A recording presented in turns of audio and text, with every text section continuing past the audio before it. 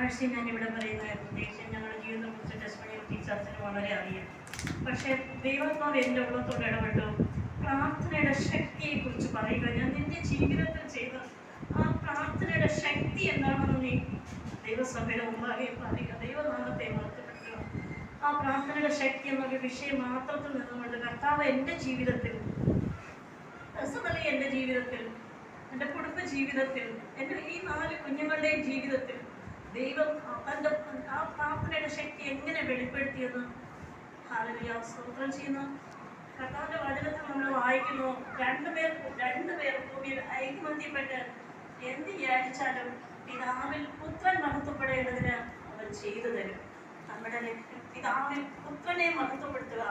കർത്താവിൻ്റെ സന്നിധിയിൽ നമ്മളിവിടെ കേട്ടതെല്ലാം ഞാനിവിടെ ഇരുന്ന് ചിന്തിക്കുകയായിരുന്നു. ശരിക്കും ഞാനിന്ന് പറയാൻ പോകുന്ന, അല്ലെങ്കിൽ എൻ്റെ ജീവിതം ചെയ്തതിൻ്റെ നമ്മുടെ മാസത്തിൽ കൂടെ കേട്ടത് ഇതിൻ്റെ കഷ്ടതയിലൊക്കെയും ആ സകല ശത്രുവിൻ്റെ കയ്യിൽ നിന്ന് അവനെ പിടിപ്പിച്ചപ്പോൾ അവൻ പാടിയത്. യോബ് പറഞ്ഞു, ഇടിവിൽ നിൽക്കുക, പ്രാർത്ഥനയിൽ ഇടിവിൽ നിൽക്കുക. വസ്തുതം എൻ്റെ ജീവിതത്തിൽ സംഭവിച്ചത് 2001 ഫെബ്രുവരി 9 ഞാൻ കർത്താവിനെ ജലത്തിൽ സാക്ഷീകരിച്ചു. രക്ഷിക്കപ്പെട്ടത് അതിനൊക്കെ വളരെ മുമ്പെയാണ്. എങ്കിലും യോഗപ്രകാരം ചോദിച്ചു, അവിടെ ദുബായിൽ കടുമല ദൈവസഭയിൽ ഞാൻ സ്നാനപ്പെട്ടു. പാസ്റ്റർ ജോർജ് ജോസഫ് പാസ്റ്ററുടെ കൈ കീഴിൽ. അതിനുശേഷം ഞങ്ങളുടെ ജീവിതത്തിൽ നോക്കിയാൽ ഒരു അത്ഭുതങ്ങളുടെ പരമ്പരയാണ്. അതൊക്കെ ഞാൻ ആ കാലങ്ങളിൽ വെക്കേഷൻ വരുമ്പോൾ ഇവിടെ പറയുമായിരുന്നു. അതുകൊണ്ട് ഞങ്ങളുടെ കുഞ്ഞുങ്ങൾക്കൊക്കെ അതറിയാം.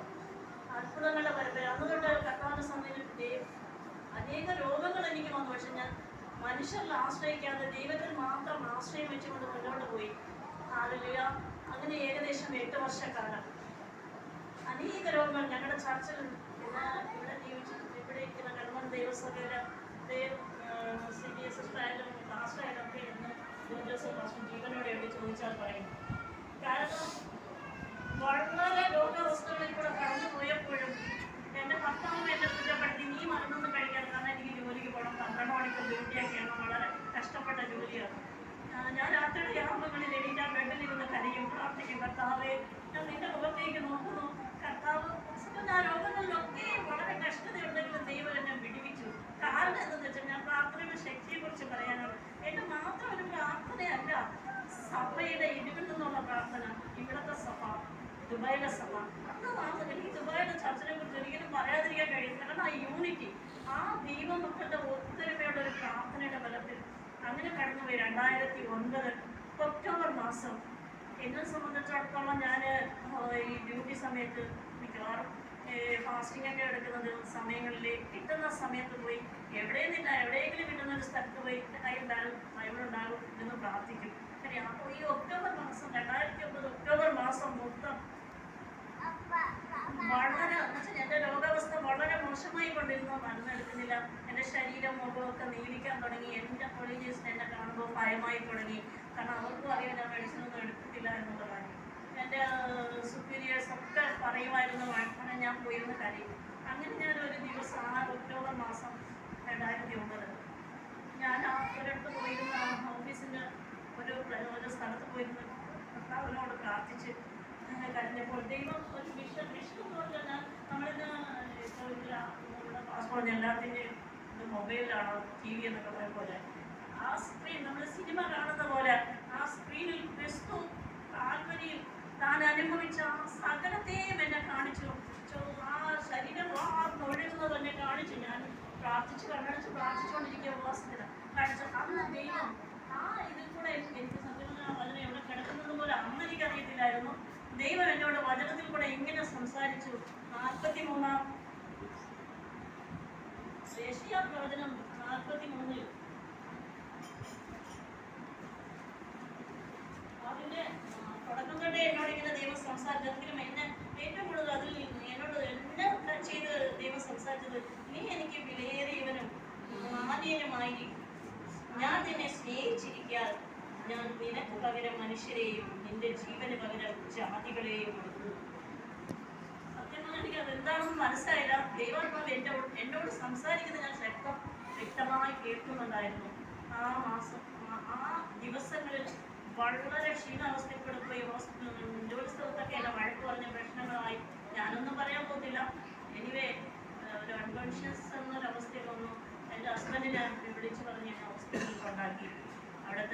ദുബായിൽ ദേറയിൽ അൽദാന സൂപ്പർ സ്പെഷ്യാലിറ്റി ഹോസ്പിറ്റലിൽ കൊണ്ടാക്കി. അവിടെ കൊണ്ടുപോയപ്പോൾ എനിക്ക് ജീവനുണ്ടോ എന്ന് ചോദിച്ചാൽ ഇല്ലായിരുന്നു. അവിടുത്തെ ഡോക്ടർ ദേറയോട് പറഞ്ഞു ഒരു 5 മിനിറ്റ് കഴിഞ്ഞ് കൊണ്ടുവരാമായിരുന്നു, ഇങ്ങോട്ടൊന്ന് നേരെ മുന്നോട്ട് പോകുമായിരുന്നു. ഇതിന് എൻ്റെ ബ്രദർ സാക്ഷിയാണ്, എൻ്റെ ബ്രദർ ഇവിടെയുണ്ട്. അങ്ങനെ അവരെന്നെ ഐസിയുവിൽ കയറ്റി. എനിക്കറിയാം, എനിക്ക് തീരെ ഇതില്ലായിരുന്നു. ഐസിയുടെ ഫ്രണ്ടിൽ ബ്രദറൊക്കെ നിൽക്കും. അവിടുത്തെ ഡോക്ടർ ഒന്നും പറയത്തില്ല, കാരണം ഒരു കുഴപ്പമുണ്ടായിട്ട് വേണ്ടേ പറയാൻ. പക്ഷെ ദൈവത്തിന്റെ വചനം അവൻ നമ്മളോട് സംസാരിച്ചാൽ അത് അതുപോലെ നിവർത്തിക്കുമെന്ന് ഇന്ന് ഞാൻ ജീവനോട് ഇവിടെ നിൽക്കുന്ന ഒരു സാക്ഷ്യമാണ്. കാരണം അന്ന് ഡോക്ടർ കൈവിട്ടു, എന്തിനും കൈവിട്ടു. ഞാനിത് പറയാൻ വന്നത്, അന്ന് ദൈവമക്കൾ ഇവിടെ എൻ്റെ ചേച്ചി ചേട്ടൻ ഈ കുഞ്ഞുങ്ങൾ ഇവിടുത്തെ സഭയിലുള്ളവരൊക്കെ എൻ്റെ ഈ അവസ്ഥ അറിഞ്ഞ് നിലവിളിക്കും.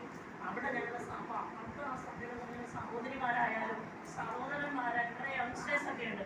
എല്ലാവരും ഒരു വിഷയത്തിന്റെ മേൽ മറുപടി കാണാതെ അവർ ദൈവസന്നിധിയിൽ നിന്ന് പ്രാർത്ഥനയിൽ നിന്ന് പിന്മാറുന്നു. അവരെല്ലാം കരുതോട്ട് പ്രാർത്ഥിക്കുമായിരുന്നു. നീണ്ട 4 ദിവസം എന്നെക്കുറിച്ച് ഒരു നോക്ക് പറയാൻ ഡോക്ടറിന് കഴിയുന്നില്ല. എല്ലാവരും ബാധിക്കാൻ നിൽക്കുവാണെങ്കിൽ ഡോക്ടർ മുഖത്ത് നോക്കത്തില്ല. എന്താ പറയുന്നില്ല, ഇതൊക്കെ പിന്നീട് ഇവർ പറഞ്ഞ കാര്യങ്ങളാണ്. നോക്കത്തില്ല. 4 ദിവസം കഴിഞ്ഞപ്പോൾ എനിക്ക് കുറച്ച് ഞാൻ ജീവനിലേക്ക് തിരിച്ചു വന്നു. പക്ഷെ അപ്പോഴേക്കും ഇവിടെ സെല്ലിൻ സാക്ഷിയാണ്. അപ്പോഴേക്കും ഈ പറഞ്ഞത്, ഞാൻ നിനക്ക് പകരം ജാതികളെ നിന്റെ ജീവന് പകരം, കാരണം നീ എനിക്ക് വലിയ മാന്യമായത് ഞാൻ അവരെ കൊടുക്കുമെന്ന് കർത്താവിൻ്റെ വചനം. ഞാൻ പറഞ്ഞല്ലോ, എനിക്ക് ഈ വചനത്തിൻ്റെ ആഴം വ്യാപ്തി അറിയില്ല, അവരുടെ കിടക്കണമെന്നും അറിയത്തില്ല. പക്ഷെ അതുപോലെ ഇവിടെ എൻ്റെ ഫാമിലിക്കകത്ത്, അല്ലെങ്കിൽ ഞങ്ങളുടെ ഈ എൻ്റെ ഹസ്ബൻഡിൻ്റെ ഫാമിലിക്കകത്ത് ഇവിടെ ഒരു മരണം സംഭവിച്ചു. 2 ആഴ്ച ഞങ്ങൾ ഹോസ്പിറ്റലിലായിരുന്ന കാലഘട്ടം. 2 ആഴ്ച കഴിഞ്ഞു. അപ്പോഴേക്കും ഇവിടെ ഞങ്ങളുടെ പാസ്റ്റേട്ടൻ പറഞ്ഞു, ഇനി ചോദിക്ക് വിടുതലാണ്. കാരണം അവരിവിടെ പ്രാർത്ഥിച്ചുകൊണ്ടിരിക്കുമായിരുന്നല്ലോ. ഞാൻ ഇത് പറയാൻ വന്നത്, അതിനുശേഷം ഡോക്ടർ എനിക്ക് ജീവൻ വന്നു, അല്ലെങ്കിൽ എനിക്ക് ഞാൻ രക്ഷ പ്രാപിക്കാമെന്നൊരവസ്ഥയിൽ വന്ന് അങ്ങനെ 10 ദിവസം ICUലായിരുന്നു, പിന്നെ റൂമിലായിരുന്നു. കൃപയാൽ എനിക്ക് ഓർമ്മ വന്നതിന് ശേഷം എൻ്റെ ദൈവത്തെ സാക്ഷീകരിക്കാൻ അതുള്ളത് എന്നെ ശുശ്രൂഷ ഒരു 10 നഴ്സുമാരോട് ദൈവത്തിൻ്റെ മഹത്വമുള്ള ആ കർത്താവിനെ കുറിച്ച് എനിക്ക് പറയുവാൻ ദൈവം അവിടെ വെച്ച് എനിക്ക് ഭാഗ്യം തന്നു.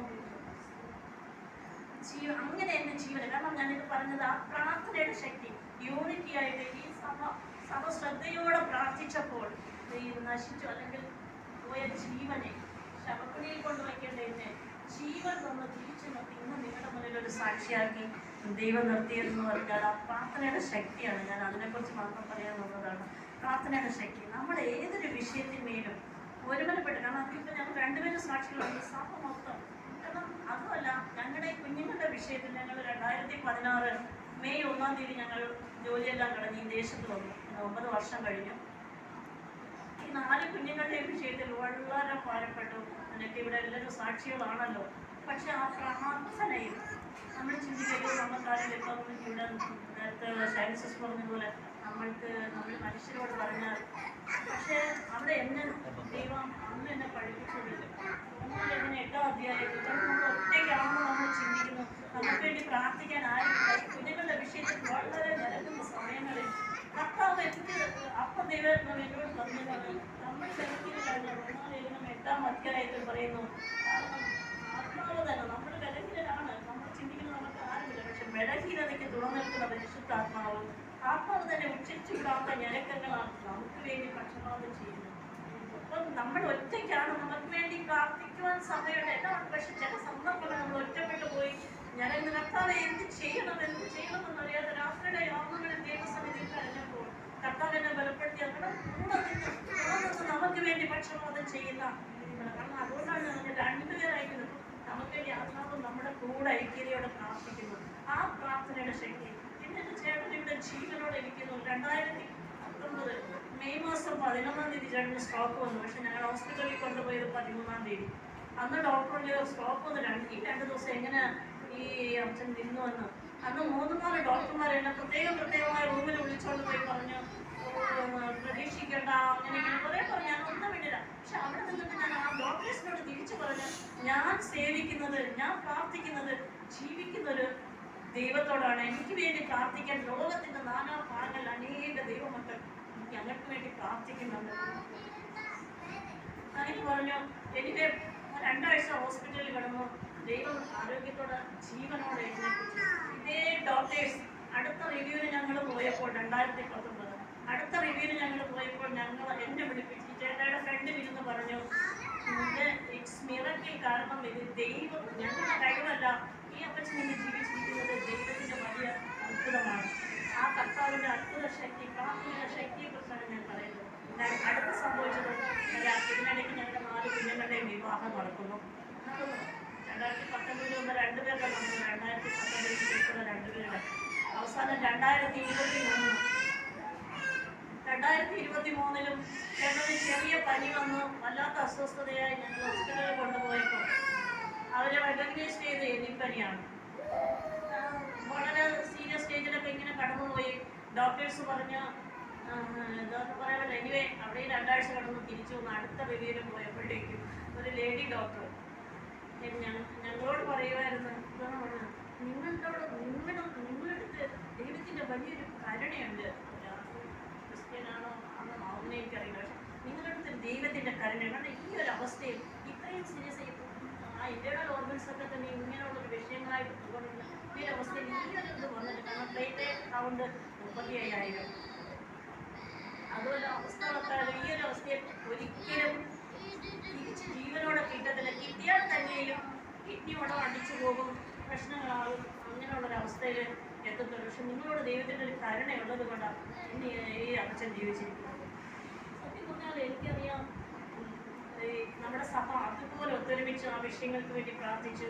ഞങ്ങളുടെ ദുബായ് സഭ പ്രാർത്ഥിച്ചു, ഞങ്ങൾ അറിയുന്ന അനേക ദൈവമക്കൾ അറിയുന്നവർ പ്രാർത്ഥിച്ചു. ആ പ്രാർത്ഥനയുടെ ശക്തിയാൽ ഇന്ന് ആ 2023 ഇൻസിഡൻറ്റിൽ നിന്ന് ഞാൻ രക്ഷപ്പെട്ടു. അത് കഴിഞ്ഞ് വന്നതോ 2024 ഒക്ടോബർ തൊട്ട് നീണ്ട രോഗാവസ്ഥകളിൽ കൂടെ ഇങ്ങനെ കടന്നു. 2024 ഒക്ടോബർ തൊട്ട് ജാനുവരി വരെ 6 പ്രാവശ്യം ചേട്ടൻ ഹോസ്പിറ്റലിൽ അഡ്മിറ്റ് ചെയ്തു. ഈ ജാനുവരിയിൽ അവസാനമായി കൊറോണ സ്റ്റേജിലാണ് ഞങ്ങൾ ഇവിടെ നിന്ന് കൊണ്ടുപോകുന്നത്.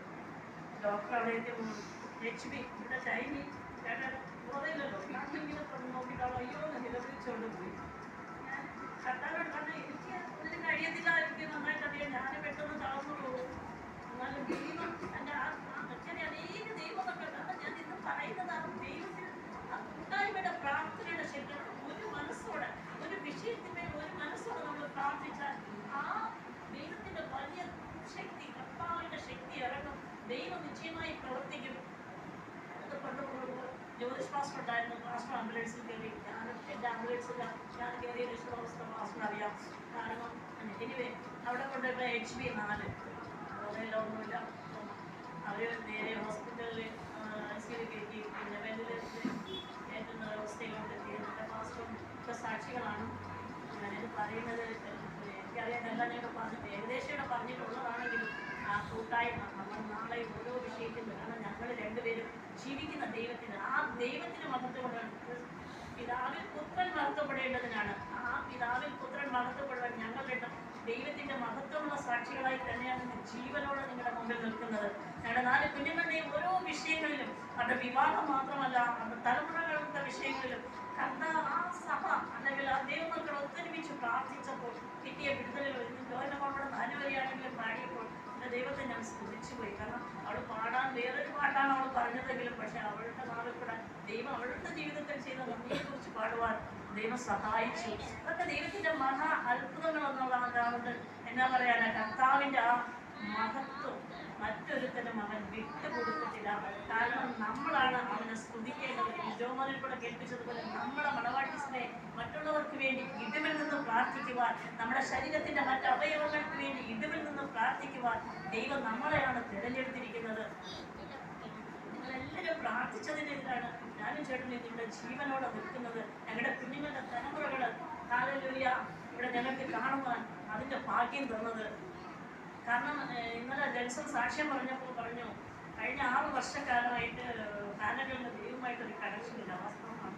കാരണം 2019 മെയ്യിൽ സ്ട്രോക്ക് വന്നു. ശരിക്കും വചനം പഠിക്കാൻ പറ്റത്തില്ല, പ്രാർത്ഥിക്കാൻ പറ്റത്തില്ല. അത് വീണ്ടെടുത്തത് ഈ ഇടയ്ക്കാണ്. നിങ്ങൾ പ്രാർത്ഥിക്കുന്നു, നമുക്കിലും അത്രത്തോളം മനസ്സിൽ അത് കയറത്തില്ലായിരുന്നു. പക്ഷേ ഈ ഇപ്പോഴത്താണ് അതിന് ശേഷം ആ പ്രാർത്ഥനയുടെ ശക്തിയാണ് ഇപ്പോഴത്തെ ഇതിന് ശേഷം ദൈവം പൂർണ്ണമായ ഓർമ്മയെ തിരിച്ചു കൊടുത്തു. ജീവൻ മാത്രമല്ല, ഓർമ്മയെയും തിരിച്ചു കൊടുത്തു. പ്രാർത്ഥിക്കുവാൻ നമ്മളെല്ലാവരും കേട്ടതാണ്. കഴിഞ്ഞ 2-3 ആഴ്ച മുമ്പ് വന്നിരുന്ന സാക്ഷ്യം പറഞ്ഞത്, പ്രബോധനം പറഞ്ഞത്. ഞങ്ങൾ ദുബായ് ചർച്ചിൽ ചോദിച്ചാൽ പറയും, നമ്മുടെ വചന ശുശ്രൂഷിക്കുമായിരുന്നു കോട്ടേജ് മീറ്റിങ്ങുകളിൽ. ഇവിടെ നമ്മുടെ വസ്മറിയം എല്ലാ സൺഡേയും പ്രാർത്ഥിക്കുന്നത്. ഇതൊന്നും കഴിയാതെ കഴിഞ്ഞു പോയി 6 വർഷം. പക്ഷേ ഈ 6 വർഷക്കാലം ദൈവം ഞങ്ങളെ പണിയുകയായിരുന്നു. നമ്മൾ ഈ പറഞ്ഞ പോലെ ഞാൻ പ്രാർത്ഥിച്ചത് കൊണ്ട് അത് സംഭവിച്ചു, ഇങ്ങനെ ചെയ്ത് ദൈവം എന്നെ അതല്ല. ദൈവമക്കൾ ഒത്തൊരുമിച്ച് ഒരു മനസ്സോടെ പ്രാർത്ഥിച്ചത് കൊണ്ടാണെന്ന് നമ്മൾ ജീവനോടെ നിൽക്കുന്നതൊന്നും ദൈവത്തിന്റെ കൃപയാണ്, കരുണയാണ്.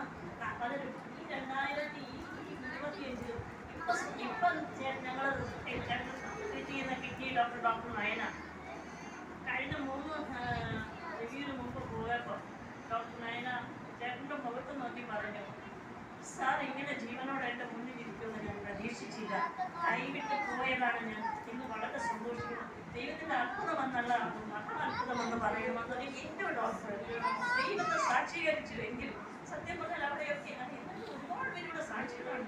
കഴിഞ്ഞ ഒക്ടോബർ തൊട്ട് ഡിസംബർ വരെ ജസ്റ്റസും ദേവിയും അത് ഞങ്ങൾക്ക് വേണ്ടി കഷ്ടപ്പെട്ടു. കുഞ്ഞുങ്ങൾ അനുഗ്രഹിക്കുന്നത് ഡിസംബറിന് ഞങ്ങളുടെ കുട്ടികൾ എത്തിയത്.